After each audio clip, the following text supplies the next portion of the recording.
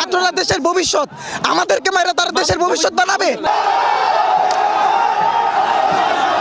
আমি ৭১ দেখি নাই, দেখেছি আজকের দিন দেখেছি। কেন ভাই, আমরা কি যুদ্ধ করতেছি অন্যের বিপক্ষে? এখানে যে পুলিশের সন্তান নাই, আজকে যে সন্তানটা, এটা তো আগামী দিনের ভবিষ্যৎ। পুলিশ যদি সাধারণ ছাত্রদের কষ্ট না বুঝে, ওনারাও যদি ছাত্রলীগের পিছনে দৌড়ায়, দলের পিছনে দৌড়ায় বা আওয়ামী লীগের পিছনে দৌড়ায়, ওনারা কাদের কষ্ট বুঝবে?